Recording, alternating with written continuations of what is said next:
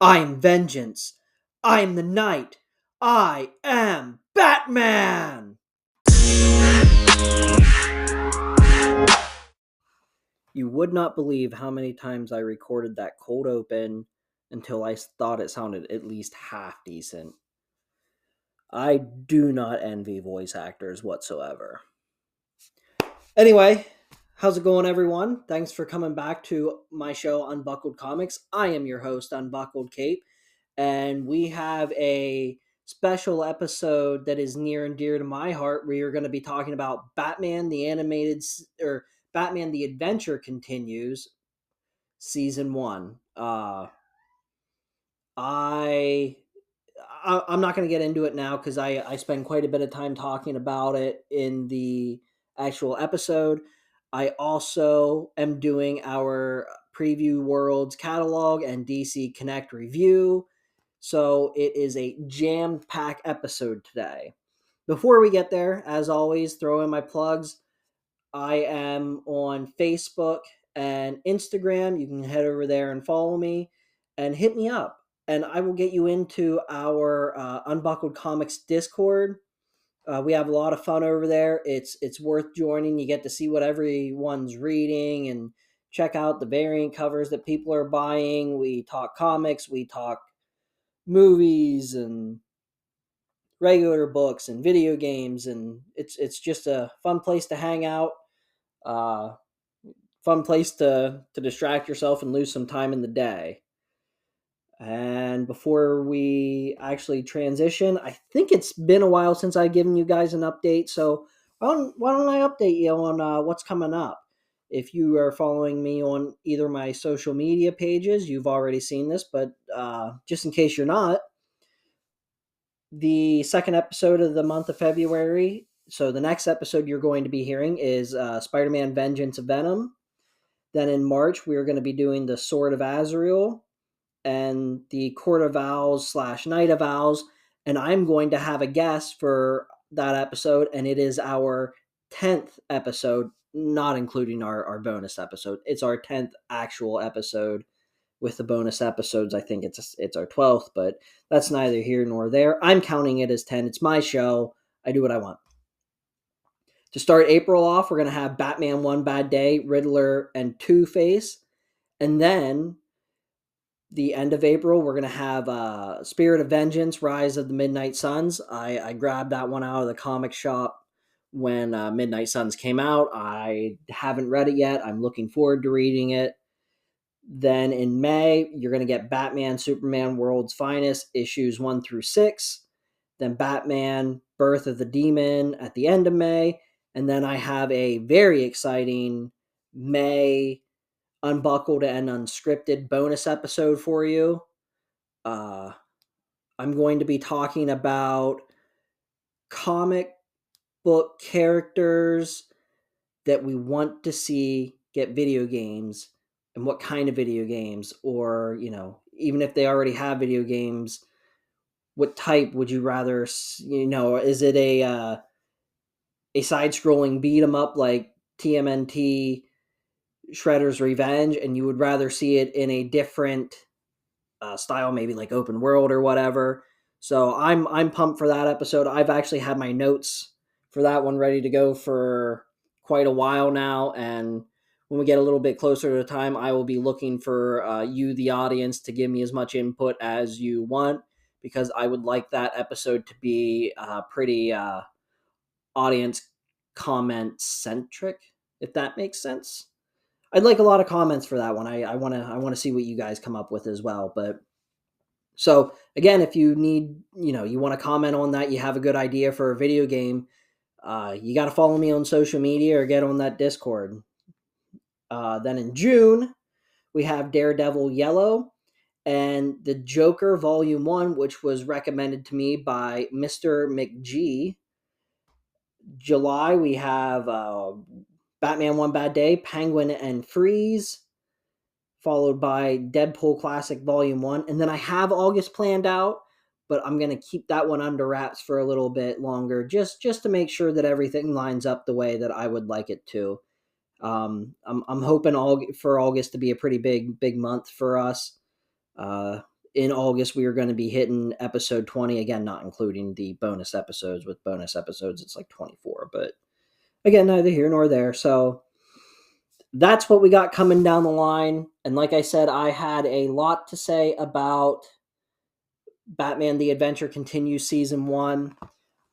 I did, however, have a little bit of a goof. I'm trying to get used to Discord. Discord is typically where I get all my listener comments.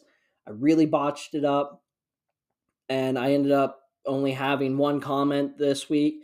So, Super Dave, you're going to get the one and only comment for this week. And Super Dave said, "This is the Batman I grew up with on the TV." As in the Batman I was not allowed to watch. Super Dave, again, it's on me for not having more comments than just that, but for you being our only comment, you bring up more questions than answers. What do you mean it's a Batman you grew up with on the TV, but you were not allowed to watch? Were you not allowed to watch TV in general? Did your parents think that the Batman was too violent? I got nothing but questions there. So, you're going to have to explain yourself in the Discord at another time. But anyway, I'm done with this intro, done with the plugs. Let's get on to our Preview World and DC catalog reviews.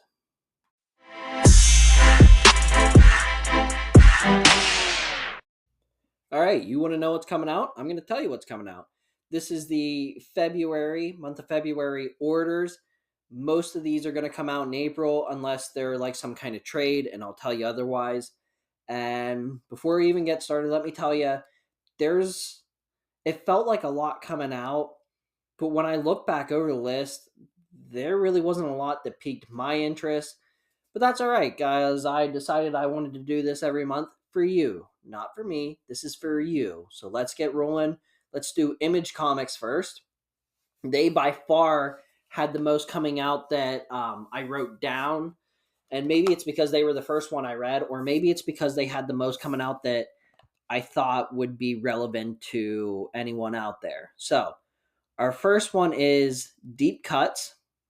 It is a mini series. It's going to be 6 issues. Each one are going to come out at $5.99. And again, this is US dollars. The cover of this was really, really cool. It's about a young musician in New Orleans in 1917. And he learns all the other stuff about the music industry in New Orleans in that time. All the like all the bad stuff, like the drugs, the sex, the dark side of the music industry back then. So I thought the cover was pretty cool, and I actually like the concept. So something to definitely check out. And the previews catalog always has like a Diamond of the Month. This was a Diamond of the Month mark, so something that the previews company themselves recommends as well. Next from Image, we have Terror War. It's a series. Each issue is going to be $3.99. It's average people thrust into a sci-fi horror survival series.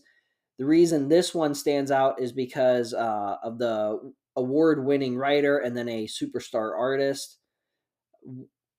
Sorry. Next, we have World TR33. It's a series. This one's also going to be $3.99. It is also horror. Has to do with internet. The description of it really confused me. So I wasn't going to write it down, but then I looked at who the artists were. It's award-winning writer James Tyone. I think that's how you pronounce his last name. Tyone, something like that. He actually comes up later on. We'll get to some books by him. And artist Fernando Blanco. Who is also a pretty big artist. So that's a good pair if you're into horror comic books that have to do with the internet. Again, go read the description. Maybe you'll understand it better than what I did.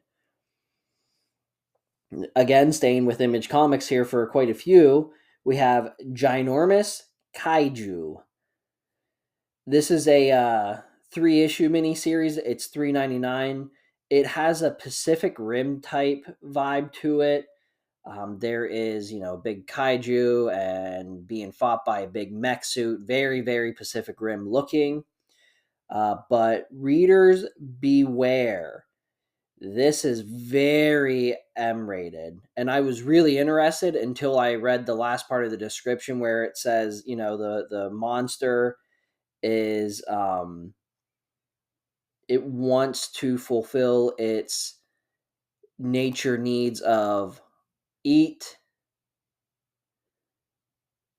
and reproduce. So it's weird. And if I'm not mistaken, I think the writer in it wrote some Deadpool. So maybe you would be interested in it. I was intrigued, but finding out that it's one of the focuses is the monster trying to reproduce, just it throws me off a little bit. Next, we have another one that was a pretty interesting concept. It's called Junk Rabbit. It is going to be a series, also $3.99. Self-proclaimed. So this is basically word for word of the description in the catalog. Swamp Thing meets RoboCop. They look at how climate disaster affects heroes. So, like, the human race destroys the planet, global warming and stuff. You heard all that before, but this is how it changes the hero. And this Junk Rabbit, the costume is a person dressed like a rabbit covered in junk. Like the junk makes up the rabbit costume. So, kind of an interesting concept. Next, we have Sweet Paprika, black, white, and pink. This is a one shot, $5.99. They're pretty racy comics, the Sweet Paprika. I guess if you know, you know. If that's something that you're interested in, you probably are already waiting for it. But just in case you didn't know that there is a one shot coming out. Next is The Closet, Volume 1. This is a trade. It's $14.99. It's a horror. It collects issues 1 through 3, and it is a traditional horror. I think a family moves, and the young boy thinks that there's a monster in the closet, and then when they move, he hopes the monster stays back, but it follows them. Traditional horror stuff. I felt like there was a ton of horror out this month for some reason. Next, we have Generation Gone, Volume 1. It's a trade, $17.99. This is actually going to come out in March, so next month. Year 2020, hackers accidentally get superpowers, and the hackers are poor and young and angry at everything. It's really interesting to me because it's taking place in 2020, which was, 3 years ago. And I'm kind of curious to see how much of 2020 ends up in the book. So out of all of these, that's up there with ones that definitely caught my eye the most. And then there's a lot of Radiant comics out and trades and things like that, which I know nothing about Radiant. So that's all I had for Image. Oops, sorry. I had my hands in front of the mic there, trying to flip my page. Next, we're going to move right on to Boom Studios. And the first one we have is Expanse, The Dragon Tooth. It's going to be a 12-issue miniseries, $4.99. And I guess it's a continuation of the show called The Expanse. Takes place between two shows that were The Expanse. I never heard of it, and I really didn't take the time to look up the show, but I guess this is a filler in between the show and then a spinoff or a second show. I don't know. Again, that's probably one of those ones that if you know, you know, or maybe you didn't know that show had a comic and now you're a little more excited.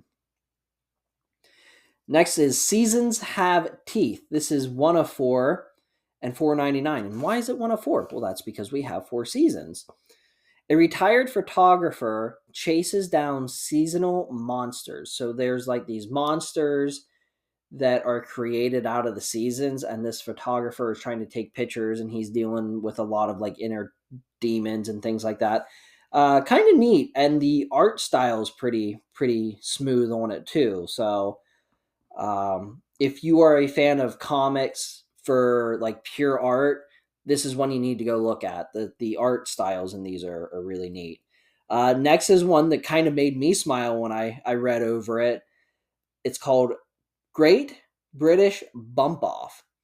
It is a 4-issue miniseries. It is $3.99, and it's a murder mystery set in the English competitive baking. Um, this comic overall looks very fun. My wife used to watch that show every now and then. Mrs. Unbuckled. She used to watch that show every now and then. It was like the Great English Baking Competition or something like that. And they take that real serious over there. So this comic is about someone in this baking competition, and then it's having a good time doing this baking competition, making relations, meeting new people, and then all of a sudden that there's these murders, and it turns into a murder mystery all the while this baking competition is going on. So a fun change of pace in the comics, and uh, I don't know. I like the idea of it. Am I probably gonna read it? No, I don't think I ever will. There's just so much other stuff to read. But if you're bored and kind of tired of the traditional, superhero or horror or this and that, go check this out. It seems like a great change of pace. Moving on to IDW, there's nothing. There was absolutely nothing in IDW. There were special covers for TMNT, Last Ronin Lost Years, but outside of that, I'm telling you, there's nothing. And I don't get what's going on with IDW lately. They have great IP, but it seems like the Turtles are the only thing that they are able to push. Um, and it's sad because I really like their Turtle stuff. Um, I have some Godzilla set in here that I haven't gotten into yet, but that's IDW, right? Yeah, IDW. I'm looking forward to read their stuff. I heard the IDW Godzilla stuff is really good. They had the Power Rangers, and there was a lot of Power Rangers out too, just no new number ones. A lot of focus on, is it the White Dragon? The character whose live action actor just passed away here recently. So there's a lot of Power Ranger stuff, but again, just nothing fresh for me to pull out for you guys. We will move on to Marvel. And the first one that we have in Marvel is Alien. It's a series. It's $4.99, and yes, that Alien from the movie.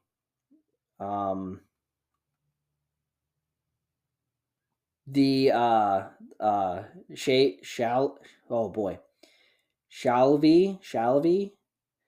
There's a variant that is very very cool. It's the like the critter that comes out of um the wall that's kind of like a hand and attaches and like lays the eggs in the stomach. That really scary alien thing.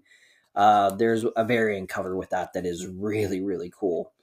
Next, Captain America: Cold War Alpha #1. I don't know because it was Captain America Cold War, and then it had it where it would say miniseries or series or one shot. It had Alpha #1, so I don't know if it's a one shot or what, but it is $4.99, which makes me think that it's maybe a series. In this, Bucky is bad, and Steve and Sam team up to rescue Steve's son. So if you are enjoying the Captain America dynamic with Sam Wilson also being Captain America, Steve Rogers is Captain America. One is something.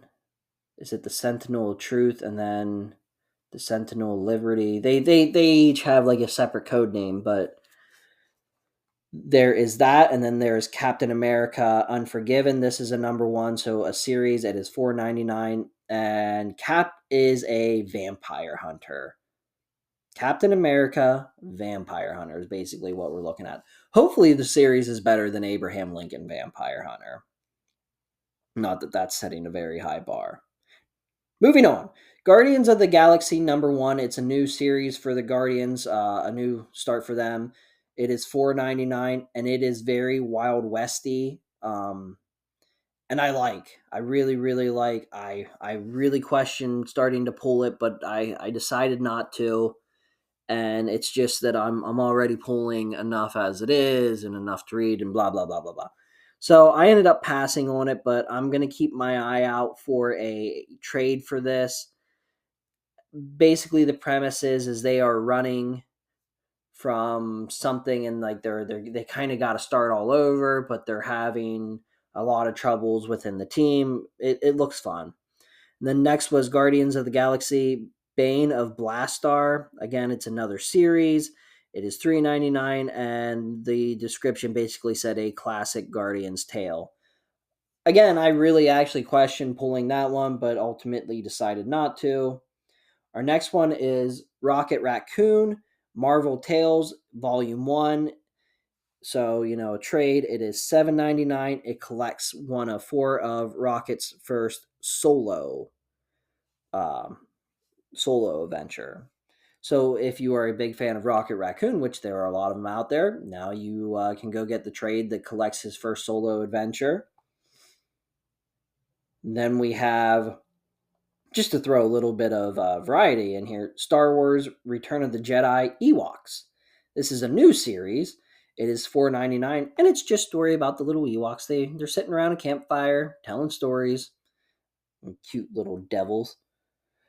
And then the last one that I pulled for Marvel for you is Warlock Redirt.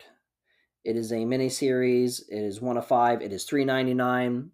And if you're getting ready for the next Guardians of the Galaxy, which Marvel clearly is with all the Guardians books that are coming out, here is a Warlock tale for you to sink your teeth into so you get a little more knowledge on him before the movie comes out. So our final place here in the previews catalog is going to be Dynamite. And from there, I highlighted, there is it's called Scar Disney Villains #1.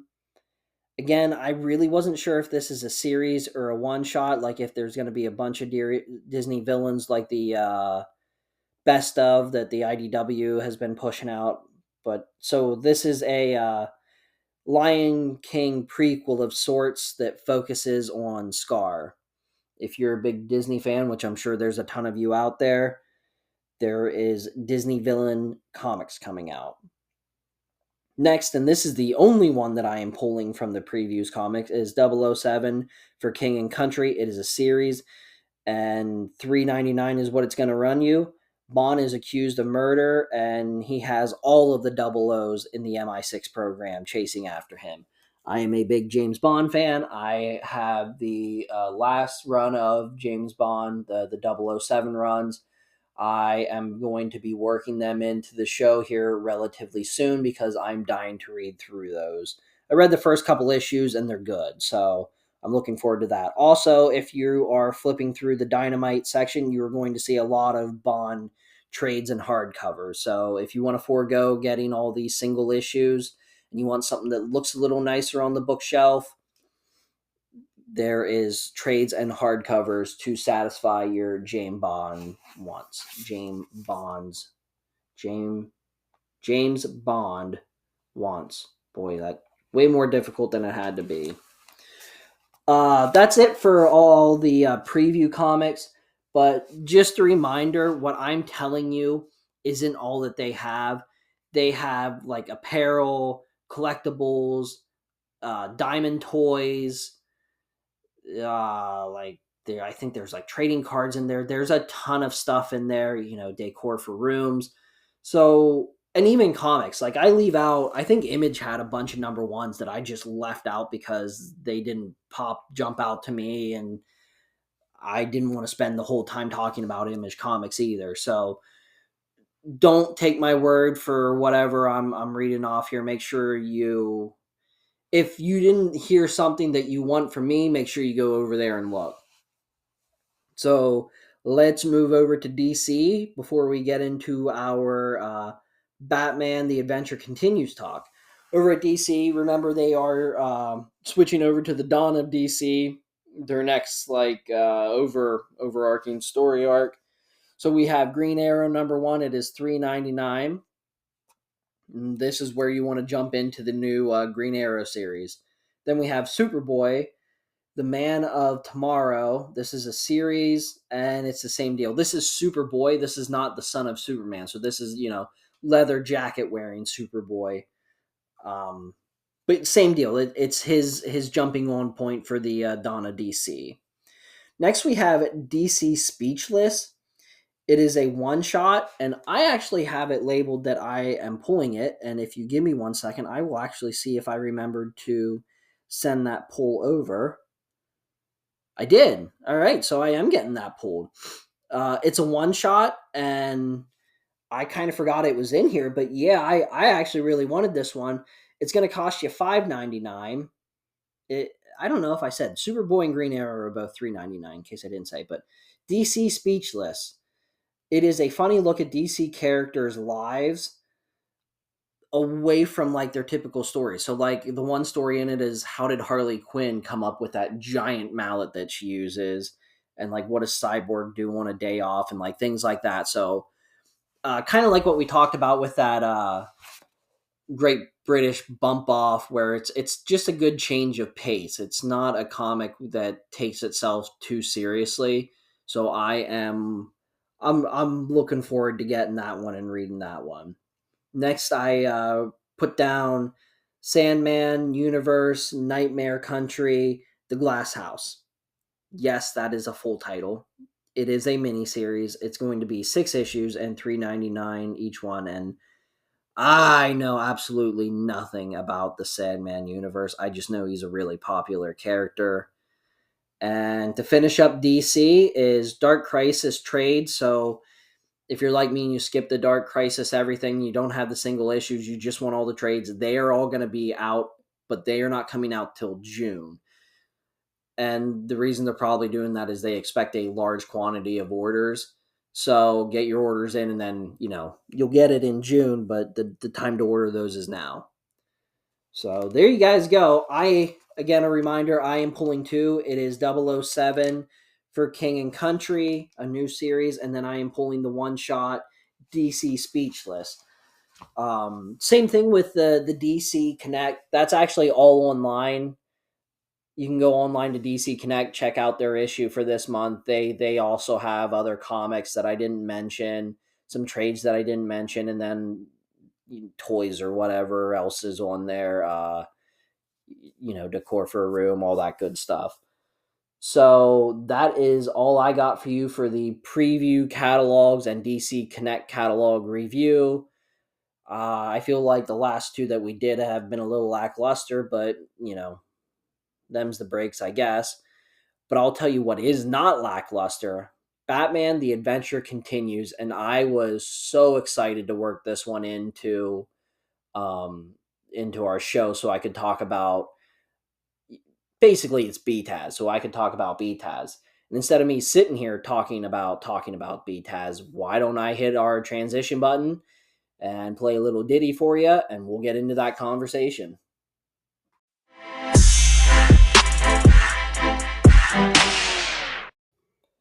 Okay, so before we get started talking about the actual Batman: The Adventure Continues series, I just wanted to take a couple minutes and talk about the importance of it to me. This is the actual series that got me into collecting the single issues. I used to only buy trades, and then when I heard that this was coming out, I decided I wanted each individual one to have each individual cover art. So this is a pretty big comic for me, which also means that I've only been collecting comics for 3 years, maybe. I think that's 2 years. Might only be 2 years. Single issues. Again, I have a pretty large selection of trades. It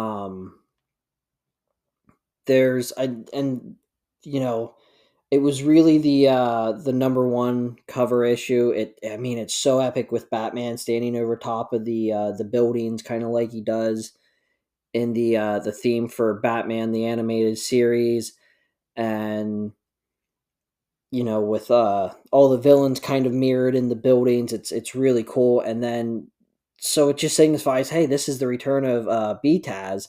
And BTAS is kind of how I started becoming a nerd. I can remember being little and liking watching the Batman. I think WB had Superman Batman, where you would get one episode of Superman, then an episode of Batman, and yeah, so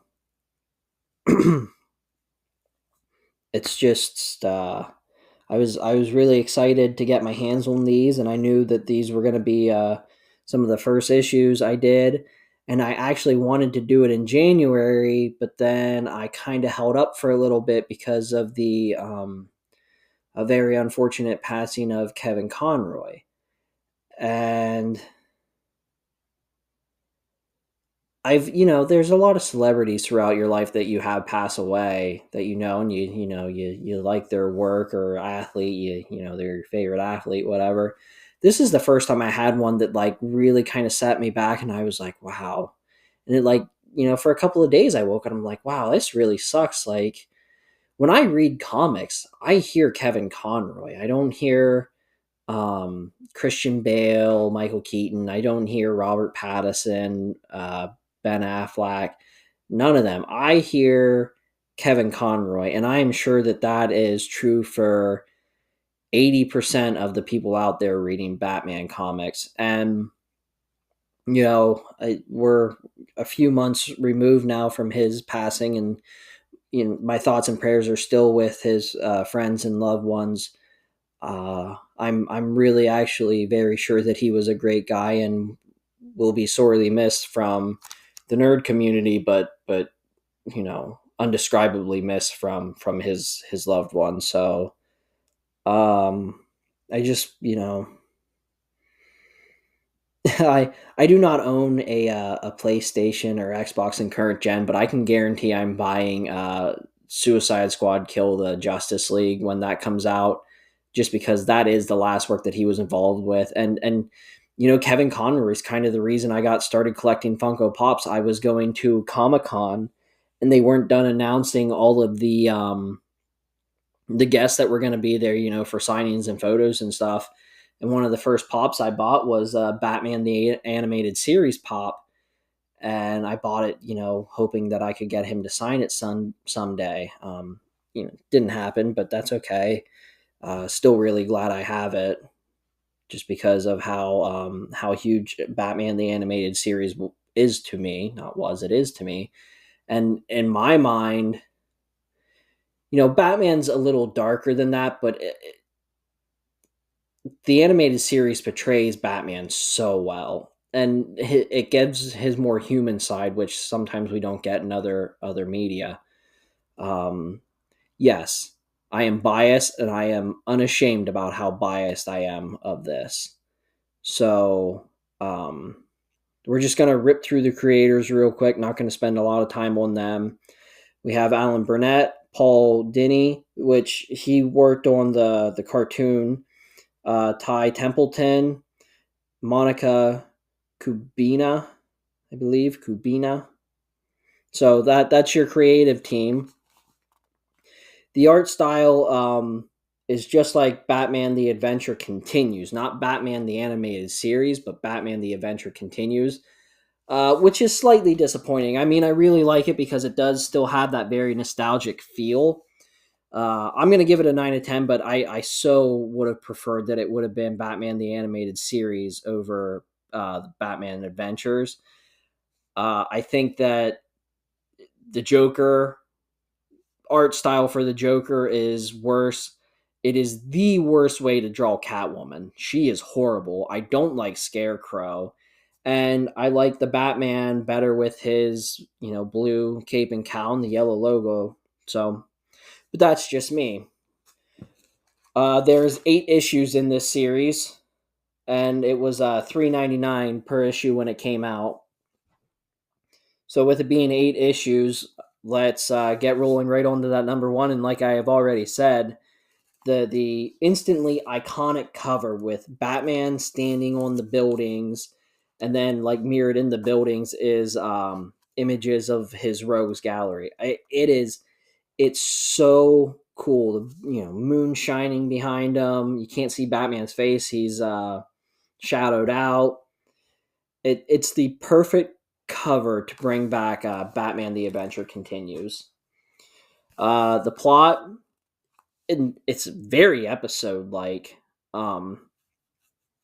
It feels just like Batman the Adventure Continues. Batman has to stop Lex Luthor from stealing Brainiac's head, and then he figures out, like, it's kind of like a "where's Superman at" type deal. This is Lex's bad guy. Well, Batman deduces that Lex Luthor is using Superman as a giant battery in his robot, and it ends with a mysterious figure arriving in Gotham. It really doesn't bring anything new to the table, as far as, like, if we're talking about the cartoon. It really does just feel like another episode of the cartoon, and nostalgia 1000% is carrying it through the first issue. I do wish that the first issue would have felt, I mean, Superman just kind of felt thrown in it. Lex Luthor kind of felt thrown in it. It almost felt like a cash grab, you know what I mean? But don't worry, because it definitely gets better. Cover 2, it's cool. I tend to gravitate more towards the simple covers. I mean, this one we have Batman, Nightwing, Batgirl, Robin, Deathstroke, and I do not remember the name of the girl, but it was an episode of Batman the Adventure Annie, that was her name, Annie. She's a piece of Clayface, so she's on the cover as well. I like Deathstroke in it. He looks rad. There's also crosshairs, and I think the crosshairs were oddly placed. They seem to be pointing out an area of Deathstroke that I don't need pointed out, but maybe that's just me. Maybe I'm the oddball that thinks of it that way. I don't know, but overall, I do like the cover. Like I said, it's just slightly busy for my taste. That's all. No big deal. The plot in this one, like I said, after reading through the plot in number 2, number 1 definitely just feels like it's all nostalgia fuel. Issue number 2 has a plot involving Deathstroke. Clayface is being manipulated by Deathstroke. There's again that mystery stalker that we did have at the end of issue 1. If you know anything outside of Batman, you pretty much already know who our mystery guy is. But I'll hold off saying it. Deathstroke is obviously trying to manipulate Tim and Barbara, and the whole thing has an extremely like Judas Contract feel. If you don't know, Judas Contract is a New Teen Titans story arc where Deathstroke has Tara infiltrate the Titans. She becomes a member, and then he's using her to spy on all of them. That's what it feels like, and it feels like this was used as like, we're gonna tell Judas Contract, but in our own way. They don't. It's not that way, but that's how it feels anyway. That's how issue number 2 feels. But I really did like this issue. Deathstroke is not the typical Deathstroke that you would expect. Again, because it's Batman the Animated Series, they termed he's more toned down. He's not so much Deathstroke. He's just just a character. More of a Slade from Teen Titans, the cartoon, not Teen Titans Go, but the good cartoon. I'm saying a lot. I'm going to start focusing on that. I'm sorry. I really try hard not to do that kind of stuff. So issue number 3, I like the cover better than issue number 2, just because it's simpler, and I like the realistic tones in the coloring. They're a little bit brighter. The background's darker, which makes it pop a lot more. We have Batman, Robin, Batgirl, and again, Deathstroke. The plot for this one, after Robin and Deathstroke escape from a villain that kind of had them pinned down in episode number 2, We learn that Deathstroke has been manipulating that villain from episode number 2 and has a stand-in instead of it actually being him. And then he, of course, lures Batman into a trap. The Stalker alerts Barbara to the trap, confirming that he knows who everyone is. And now you should know. You should definitely know who it is. But if not, I still won't say it. It's okay. Deathstroke, basically just reveals his plans to Batman, saying that he wants to manipulate Robin and Batgirl to be part of his team again. Super Judas Contracty feeling. But of course, he is stopped by Robin and Batgirl. So far through the 3 episodes, the biggest plus to this series is the fact that I can hear their voices. A recommendation for you: it helps watching the cartoon previous to reading these, but if you never watch the cartoons, you're fine. If you have HBO Max, I do recommend going and watching the Batman Adventures just so you can hear voices. And that way, when you're reading it, you can pin those voices to those characters. I think it does make the experience way better. A little more fleshed out, maybe. Maybe that's not the word, but that's the word I'm going to go with. Next, cover 4. Cover 4 is kind of a head scratcher for me. Catwoman's on the front, but she's not in the book. So I don't know why they did that. Sometimes they do that, but we have this figure in the back, and it's Azrael. Again, he's more known from the Nightfall story arc. They do kind of explain him a little bit in this, but I think they kind of leave it up for you to already know. The cover would be cool, all except for Catwoman. Again, I'm not sure why Catwoman's in it. Oh, I'm sorry, she is in it. Yeah, she's in it, but briefly. And like I said earlier, it is the worst drawn Catwoman. I cannot stand how she looks. I don't like it.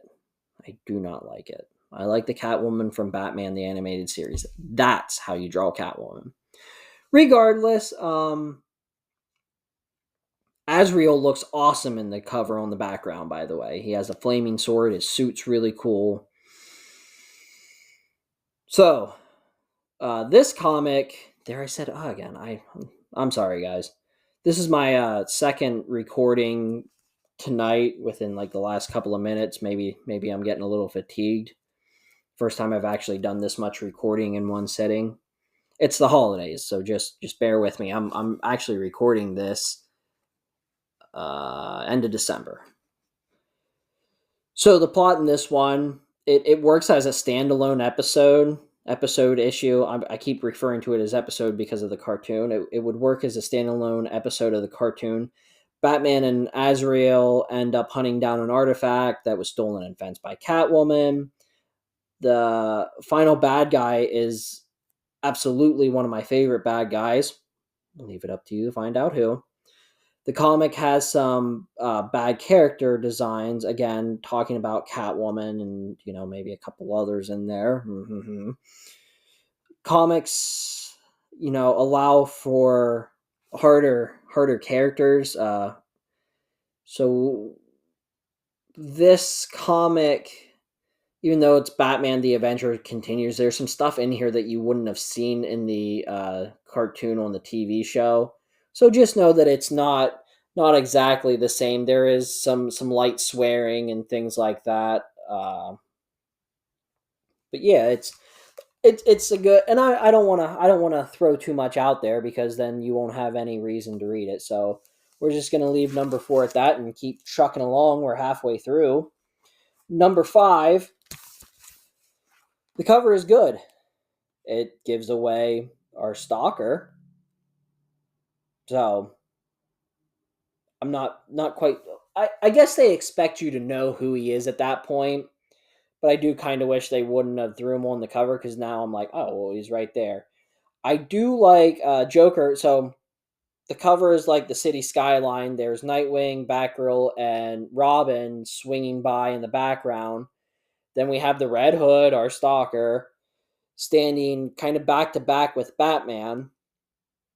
And I do like how they're getting ready to throw batarangs with cable attached to it, but their cable is coming from the same spool, kind of hinting that there's a connection between the two of them.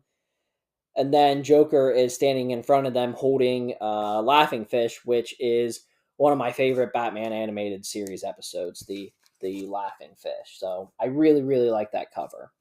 Other than it gives away our stalker. So in this one, as I'm sure you figured out, we get Red Hood's origin stories and Tim. Okay, so in Batman The Adventure Continues, the way Batman picks up Tim Drake is actually how he picks up Jason Todd. Tim Drake steals the Batmobile wheels. Well, they had to rewrite it because in The Adventure Continues, his story arc is way too dark to have in a cartoon. So they kind of mashed those two characters together, and now they're separating them again. So, if you followed me on that, there's a lot of references in here to other, outside stuff. And basically this whole comic is Jason Todd's origin story. There's reference to Return of the Joker, which is the Batman Beyond movie, and they show what kind of happens to Tim Drake at the end. There's some slight references to that. It definitely has Under the Red Hood elements. Again, that is a comic, and then also a very good movie. If you'd just rather skip the comic and watch the movie, that's on HBO Max as well. And of course, we had Red Hood, goes after Joker, which, if you know anything about his story arc, you're not surprised. Overall, this comic is very good. This issue's really good, and I like the origin that they give Jason Todd. It's not the exact one from, the quote unquote canon Batman issues, but it's good. It's good. Issue number 6. The cover is probably, is it my favorite? I don't know if it beats number 1, but it is real close. It is what I'm assuming is supposed to be Jason Todd's Robin. He has a red mask instead of the black, and then he's holding red batarangs, and his boots are red, and I love that Robin costume. And then Batman is kind of jumping down onto the rooftop behind him, and it's the blue cape and cowl and the yellow logo. It's my favorite way to draw Batman. This cover is choice. Whew. Like I said, I'm talking a lot. Let me grab a swig here. Thank you. So where was I? Issue 6. Batman visits Leslie Tompkins. Again, she was a character from the cartoons, and it kind of just felt like a way to give her a cameo. But, that's fine. It's fun seeing all these characters that you watched in the cartoon, end up in the comic. Alfred continues the Jason Todd story, and we get a Sid the Squid cameo. Again, another one of my favorites from Batman the Animated Series is the man who killed Batman, and it's this goofy criminal that kind of accidentally trips into Batman and pushes him off a roof, and then everyone thinks he's dead, and he's just this really goofy, clumsy criminal that they dubbed Sid the Squid. I was really happy to see him in it, even if it was only on one page. So the Red Hood story, we get the end of it in this one, and it ends up following actually pretty close to Death in the Family story, as close as it can be, because again, they're trying to walk that line between the quote-unquote canon Batman and the Adventure Continues Batman. Oh, excuse me. We do get to see Joker with a crowbar and an explosion. How that all plays out, we'll leave up to you. It is different than Death in the Family, but so all the main pieces are there at least. You know what I'm saying? This time though, before the explosion, Jason tries to force Batman into a choice to kill the Joker or you know, or save him, and Batman of course ends up saving the Joker and trying to save Jason at the same time, and then it all goes awry. And then of course, what I was super interested in is, will Red Horde? No. Red Hood stay true to the character that we know from like the main line of comics, and it does. He wants Joker to die. He uses his guns. He's pretty violent and brutal. He's cocky. He's a jerk. You don't like him, but you kind of rooting for him. He's a little bit of that underdog.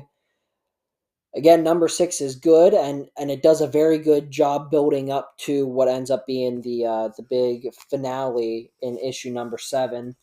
The issue number 7 cover art, it's middle of the road for these 8 issues. It's good, not great. There's flames, Batman standing there, and kind of like a fade in / fade out picture of Red Hood, but it's okay. It's not my favorite. It's actually probably more towards the bottom.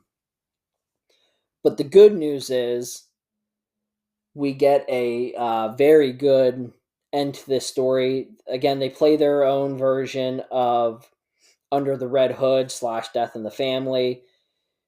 Jason, of course, kidnaps Joker the way it should be. He also kidnaps Tim Drake and tries to force, again, Batman into killing Joker while also threatening Robin, like, if you don't kill Joker, Robin's going to die type stuff. Batman uses Red Hood's mental stability against him, which is again the way it should be. And it's a comic book with Joker in it. Joker has tricks up his sleeves, and it ends with a major, major cliffhanger. But as a whole, I mean, it's like the perfect version of Death in the Family and Under the Red Hood in Batman Adventure Continues form. If they ever go back and make, start redoing Batman Adventures on TV, this needs to be an episode. This whole thing needs to be a couple of episodes. Make it a 3-parter. I'm in. I'm sold. I want more. That's all I'm going to say about it. Issue number 7. I want you to read it. I want you to. I don't want to tell you everything. You need to have some fun on your own. Number 8. The cover is super festive. It's Harley Quinn and Poison Ivy unwrapping presents that they gave to each other, and Batman is part of the Christmas tree. This actually turned out to be maybe, I don't know if I want to say it might be my favorite story. The ventriloquist is reformed. If you watch Batman, the cartoon, there's a episode called Harley's Reform. It kind of gives you that sort of vibe with the ventriloquist getting rid of that split personality with Scarface. So Harley and Ivy throw a Christmas party, and the plot that got the ventriloquist captured was they were going to blow up the city, and they still had some CX explosives left over. The Joker is seeking those out. At this Christmas party, it shows a ton of villains, including a lot of the Suicide Squad gang, and Harley actually makes a reference about she invited work friends, so I think that's really cool that they gave the nods to some, other mainline stuff that's they're bridging that gap between the cartoon and the comics. I love that kind of stuff.